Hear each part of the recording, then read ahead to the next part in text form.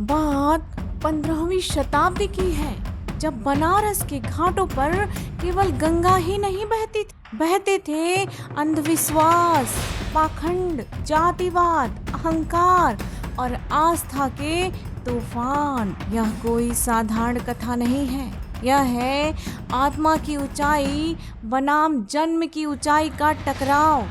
जब एक ओर था तप, योग, जाति का घमंड, वहीं दूसरी ओर प्रभु प्रेम, विनम्रता और भक्ति की शक्ति। एक तरफ गोरखनाथ हठ योग, तंत्र एवं जाति श्रेष्ठता का दावा करते थे, वहीं दूसरी ओर एक चमार, एक मोची जिसकी साधना चमड़े की गंध में तप रही थी।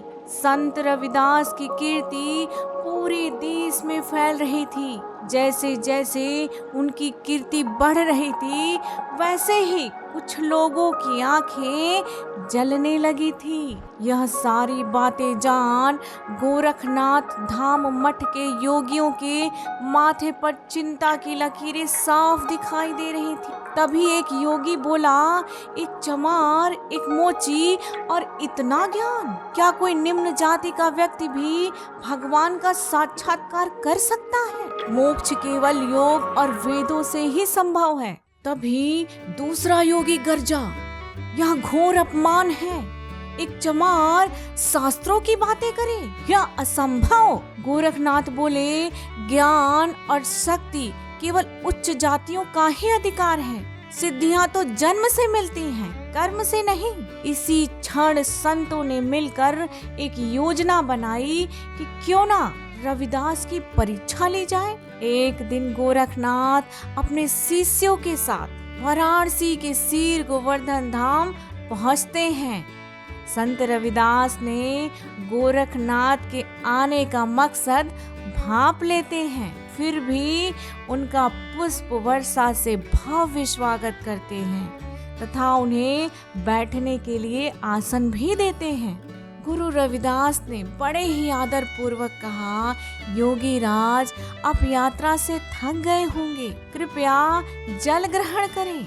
गुरु रविदास ने एक ठंडे जल से भरा हुआ पात्र उनके आगे बढ़ाया। यह देखते ही योगी गोरखनाथ पीछे हट गए और बोले, नहीं, मैं किसी नीची जाति के व्यक्ति का दिया जल ग्रहण नहीं कर सकता। गुरु रविदास मुस्कुराए और बोले, योगी राज, क्या जल भी ऊंच नीच का भेदभाव करता है? आप तो योग विद्या के ज्ञानी हैं, परंतु यदि आपकी साधना में भी भेदभाव है तो क्या यह पूर्ण ज्ञान कहलाएगा? प्रिय भक्तों, गोरखनाथ को लगा कि वे एक साधारण शूद्र के सामने हार रहे हैं। उन्हें अपनी योग सिद्धियों पर बहुत घमंड था।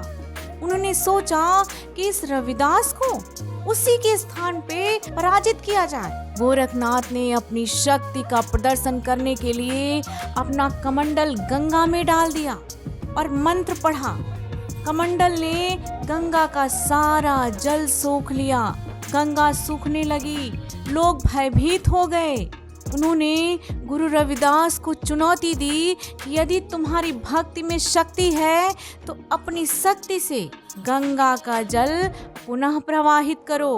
गुरु रविदास जी ने बड़े ही शांत भाव से गंगा किनारे बैठकर अपने भगवान, अपने इष्ट से प्रार्थना की कि हे प्रभु, यदि मेरी भक्ति में तनिक भी सच्चाई है तो गंगा का जल पुनः प्रवाहित हो जाए। क्षण भर में ही गंगा का जल पुनः उमड़ पड़ा। उसकी तरंगे पहले से भी अधिक तीव्र थी। लोग जय गुरु रविदास के नारे लगाने लगे। यह सब देख गोरखनाथ अचंभित हो उठे। उन्हें समझ में आ गया कि संत रविदास कोई साधारण संत नहीं है, बल्कि एक महान आत्मा है जिनकी भक्ति में स्वयं ईश्वर वास करते हैं। वे गुरु रविदास जी के चरणों में गिर पड़ते हैं और बोले, आज तक मैंने केवल योग की शक्ति को ही माना है, परंतु आज आपकी भक्ति ने यह सिद्ध कर दिया कि सच्चा संत वही है जिसमें समता, प्रेम और भाव हो। मैं अपने अहंकार के लिए क्षमा चाहता हूँ भगवान।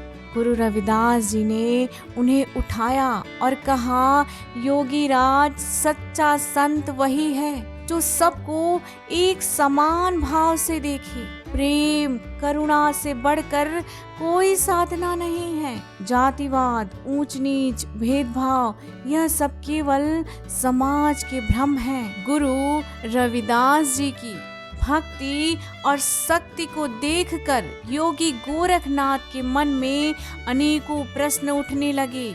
वह सोचने लगे कि मैंने वर्षों तक तपस्या की, कठिन योग साधना की, सिद्धियां प्राप्त की, लेकिन एक नीची जाति के संत के सामने पराजित हो गया। ऐसा कैसे संभव हुआ? गोरखनाथ अब गुरु रविदास जी से सच्चे ज्ञान की खोज करने के लिए आतुर हो उठे। उन्होंने विनम्र स्वर में कहा, हे गुरुदेव, क्या आप मुझे बता सकते हैं कि आपकी भक्ति में इतनी शक्ति कहाँ से आई? मैंने अनेक कठोर साधनाएं की, सिद्धियां प्राप्त की, परंतु फिर भी आपकी भक्ति के आगे मेरी सिद्धियां तुच्छ सिद्ध हुई।